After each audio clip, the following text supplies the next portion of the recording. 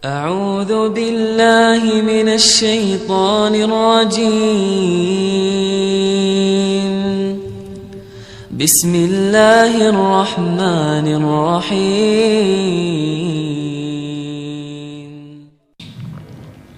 السلام عليكم ورحمة الله وبركاته.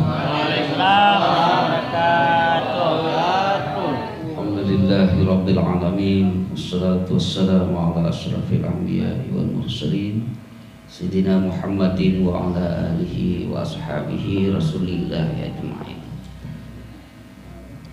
Puji syukur kita panjatkan kehadirat Allah Rabbul Jalil. Hari ini kita masih diberikan Allah kenikmatan iman, Islam, sehat, sehingga dapat menjalankan aktivitas dengan istiqomah, sholat subuh berjamaah, dan menjalankan ikhtiar dakwah melalui sajadah fajar, meskipun mendapatkan tantangan, fitnahan dan lain sebagainya, tapi Bapak Ibu hari ini tetap istiqomah menjalankan dakwah. Salah satu viral dakwah kita yaitu sajadah fajar. Semoga kita tetap istiqomah dan mendapatkan jalan yang diberikan, jalan yang lurus yang diberikan Allah SWT. Salawat serta salam tercurahkan kepada junjungan kita Nabi besar Muhammad sallallahu alaihi wasallam, sehingga kita senantiasa menjalankan sunnah-sunnahnya. Salah satu yang kita jalankan hari ini adalah menjalankan dakwah, melanjutkan dakwah risalah Rasulullah SAW itu sehingga akhir hayat kita. Amin ya rabbal alamin. Yang saya muliakan dan saya hormati Ketua Sajadah Fajar, Sekretaris, Pengurus, dan jamaah tetap yang istiqomah, walaupun dalam tadi mendapatkan fitnahan yang luar biasa, tapi fitnah ini saya pikir ibu bapak tidak boleh mundur, karena tadi orang yang bertakwa itu jangan dikira kita mengaku kita beriman, bertakwa, istiqomah menjalankan dakwah tidak mendapatkan tantangan. Inilah tantangan yang paling kita diuji oleh Allah, keistiqomahan kita dalam menjalankan risalah Rasulullah SAW itu. Semakin kuat tantangannya, semakin tinggi ujiannya. Inilah yang diberikan, semakin kuat tidak kita memahaminya, semakin kuat tidak kita mentadaburinya atau merenungkannya. Nah, saya ingin menyampaikan apa di antara, karena kita sudah memasuki minggu terakhir, 10 minggu terakhir kita sudah memperingati nuzul Quran. Ya, mungkin sudah banyak kita dapat bagaimana hikmah dari nuzul Quran, banyak sekali. Saya hanya mengambil satu saja. Di antara para ulama, para ustadz mungkin sudah menyampaikan yang paling penting bahwa nuzul Quran itu menjadi petunjuk, menjadi pedoman. Kalau kita tetap berpegang teguh kepada ini, maka kita akan dijamin jalan yang lurus tadi. Ihdinas siratal mustaqim. Hikmah yang kedua yang saya ingin tegaskan di sini dalam kehidupan kita adalah kita diwajibkan membaca. Membaca itu ada objek yang dibaca. Kalau baca Al-Quran, saya kira Bapak Ibu sudah setiap hari membacanya. Tinggal bagaimana mendalaminya lagi dan mengamalkannya. itu hampir mungkin setiap hari, apalagi di bulan Ramadan ini girah membacanya dari pagi sampai sore, bahkan sampai malam, bahkan berlomba-lomba untuk menghatamkannya. Itu sudah kita lakukan. Tapi di dalam hikmah yang ketiga adalah bagaimana kita membaca diri kita. Nah, ini yang bacaan yang sangat luar biasa. Maka ada ahli tasawuf mengatakan, kenal di dirimu baru kamu kenal Tuhanmu. Nah, ini barangkali kita hari-hari 9 ke 10 terakhir pada bulan Ramadan ini, kita membaca diri kita dengan muhasabah diri. Makanya amalan Rasulullah SAW akhir Ramadan itu beliau sibuk dengan mentadabur diri sendiri, bukan sibuk membuat kue, Bu. Bukan sibuk ke mall, bukan sibuk ngecat rumah, bukan sibuk membetulkan rumah. Nah, ini barangkali hikmah yang ini harus kita jalani. Bagaimana kita mengenal diri kita, siapa diri kita sebenarnya. Dengan itu kita akan memahami kondisi lingkungan kita. Dalam ilmu psikologi itu menyebutkan, psikologi Islam menyatakan bahwa manusia itu kan terdiri tiga unsur. Ada roh, ada jasmani, kemudian ada jiwa. Ada juga yang menyebutkan dua unsur dalam Islam, ada jasmani dan rohani saja. Nah, Quraisy Shihab menyebutnya ada jiwa itulah yang nanti akan bertanggung jawab. Nah, Indonesia yang dibangun itu jiwanya, sehingga lagu Indonesia Raya itu bangunlah jiwanya, baru bangun raganya. Diperbaiki dulu jiwanya. Nah, jiwa-jiwa kita ini, renungan kita di akhir-akhir bulan suci Ramadan ini, di akhir 10 Ramadan ini, orang-orang, saya dapat pengalaman dari abang kita Nasrullah Hatib Sarbaini.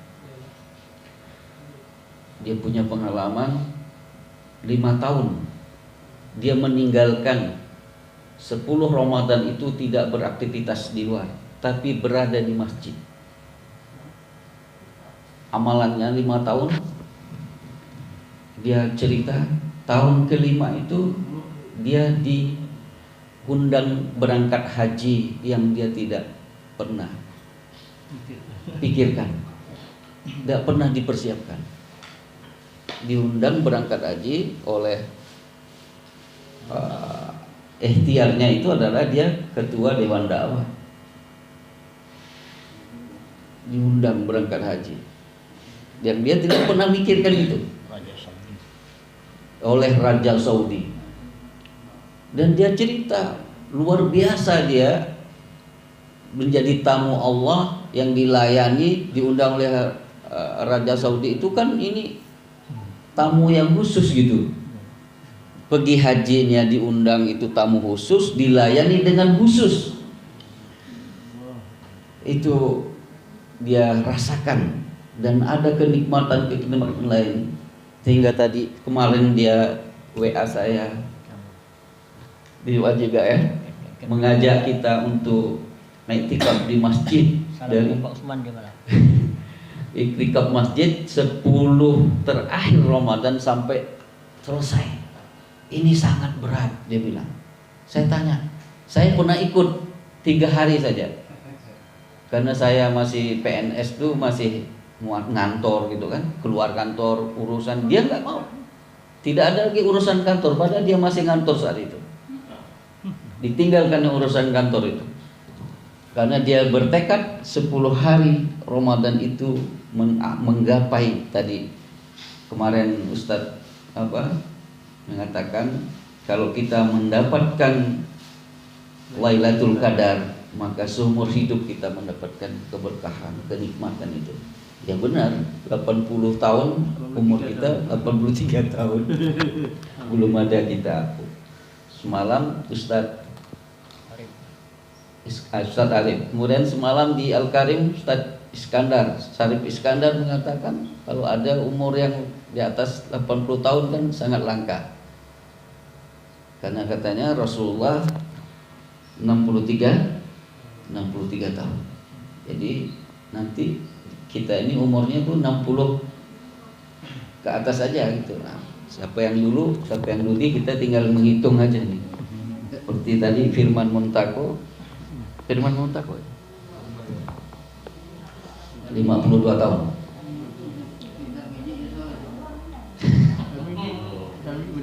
Nah, bagaimana cara kita menurut psikologi menyadarkan diri kita, mengenal diri kita, kita memahami diri kita, maka kita harus melakukan muhasabah tadi. Siapa diri kita, di mana kita, kan mengapa kita diciptakan, itu pertanyaan-pertanyaan yang sangat mendalam.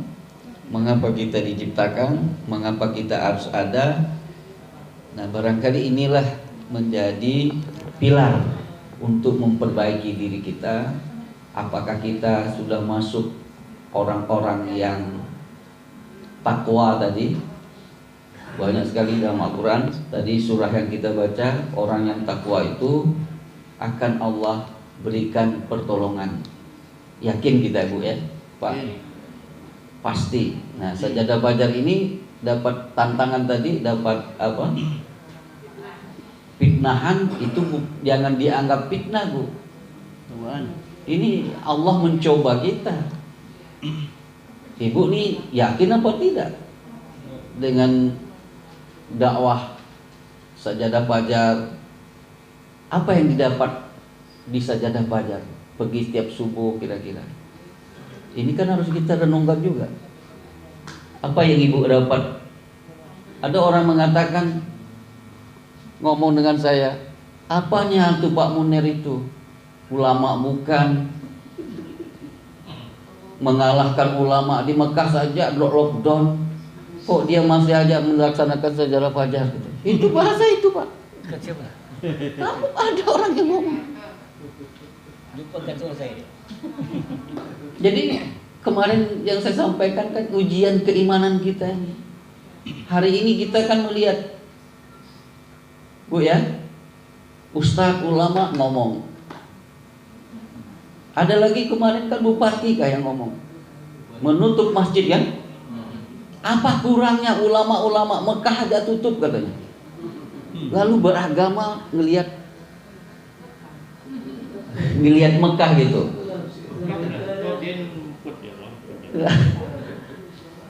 Lalu agama itu apa sih jadinya? Ya dia bilang, ini kurang apa lagi ulama yang ngomong ini gitu. Kok masih ada orang yang sholat di masjid gitu. Ini kan keimanan kita hari ini kan ya digoncang. Kalau kita tidak ingat tadi, kita tidak mengkaji diri kita, siapa ini? Semakin kuat goncangannya itu, apakah kita semakin kuat mau datang ke masjid? Nah, orang-orang yang ragu-ragu, banyak teman-teman kita tuh, kelompok yang biasanya sholat tiap hari ini keluar pun tidak mau. Apalagi mau ke masjid, keluar tidak mau. Takutan. Itu masih betul. Yang tak benar tuh dia ada ke masjid tapi keluar jalan terus. Jalan terus. Ah, itu yang tak benar. Jadi sebenarnya ujian keimanan kita berat. Dalam posisi ini kalau kita buka lagi YouTube dengaran siaran TV, kita tidak usah lah, mati gajah Pak. Tiap hari di YouTube kita lihat. Jadi yang mana harusnya yang saya sampaikan kemarin? Maka kita kaji diri kita. Kalau kita sudah yakin, dalam surah Al-An'am ayat 151 itu menyatakan Allah akan apa? Surah Al-An'am ayat 151.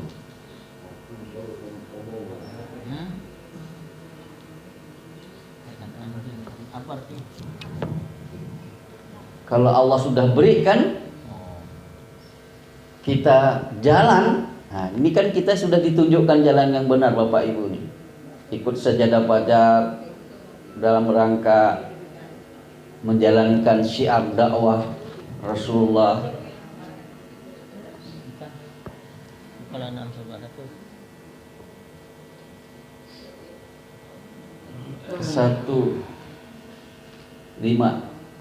150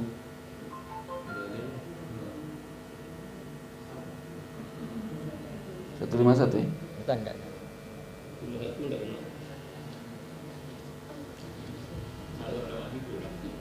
Lima, 155, 156, 157, 155. Lupa deh kita. Kita akan turunkan dengan penuh berkah, ikutilah bertakwa. Al-An'am. Iya. Surah ke-6. Ya, ada. Bentar ya.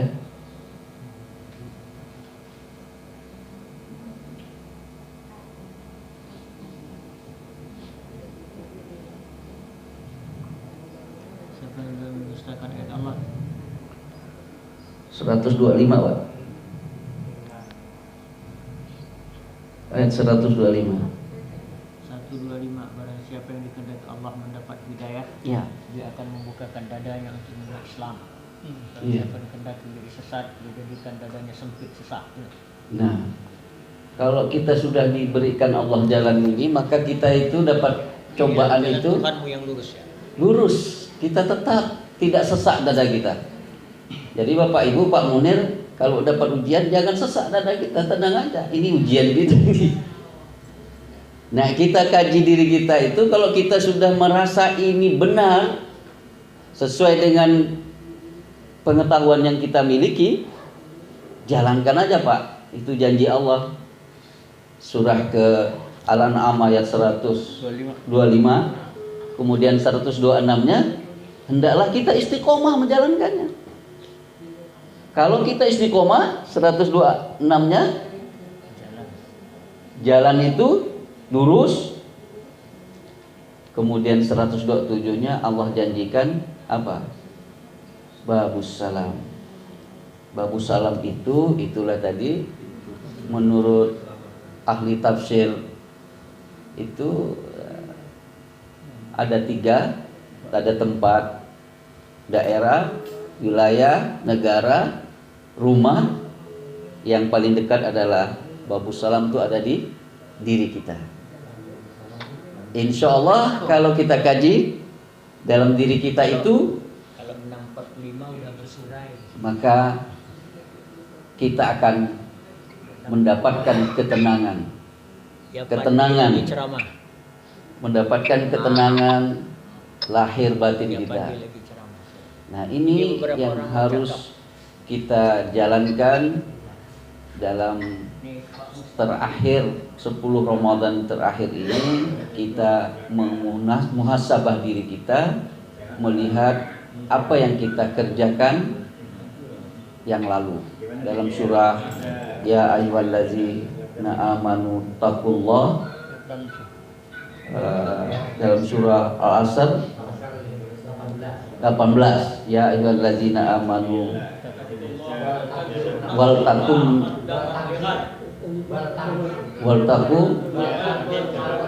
ma qaddamat lihat wattaqullah innallaha khabirum bima ta'malun. Hendaklah kita menghitung-hitung apa yang kita perbuat tahun lalu yang kurang, kemudian kita perbaiki yang sekarang. Kalau tadi sahabat kita Ustadz Nasrullah itu menjalankan, mungkin kita mulai nanti subuh dan nanti malam etikaf di masjid atau di rumah, tidak sibuk dengan keduniaan lagi, sibuk dengan bagaimana kita mengintrospeksi, mencatat, menulis kekurangan kita, merenungnya, kemudian muhasabah. Mungkin di kamar aja sendiri, kena lockdown sendiri kan. Saya kira ini yang paling penting untuk memahami jiwa kita agar jiwa kita itu tenang kembali.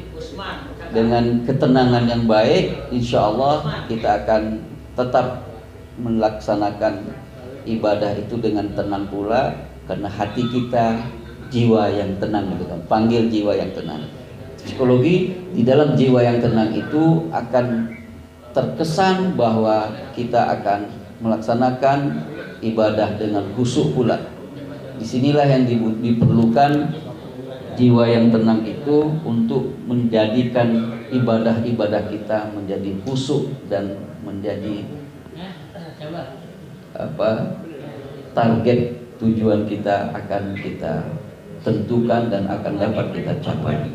Saya pikir ini yang dapat saya sampaikan. Mudah-mudahan bermanfaat untuk diri saya. Kita bersama-sama memuhasabah diri dari hasil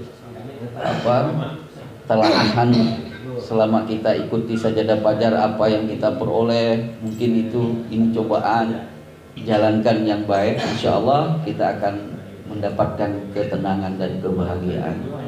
Demikian, semoga bermanfaat untuk diri saya dan untuk Bapak Ibu sekalian. Terima kasih. Billahi taufiq wal hidayah. Assalamualaikum warahmatullahi wabarakatuh. Waalaikumsalam.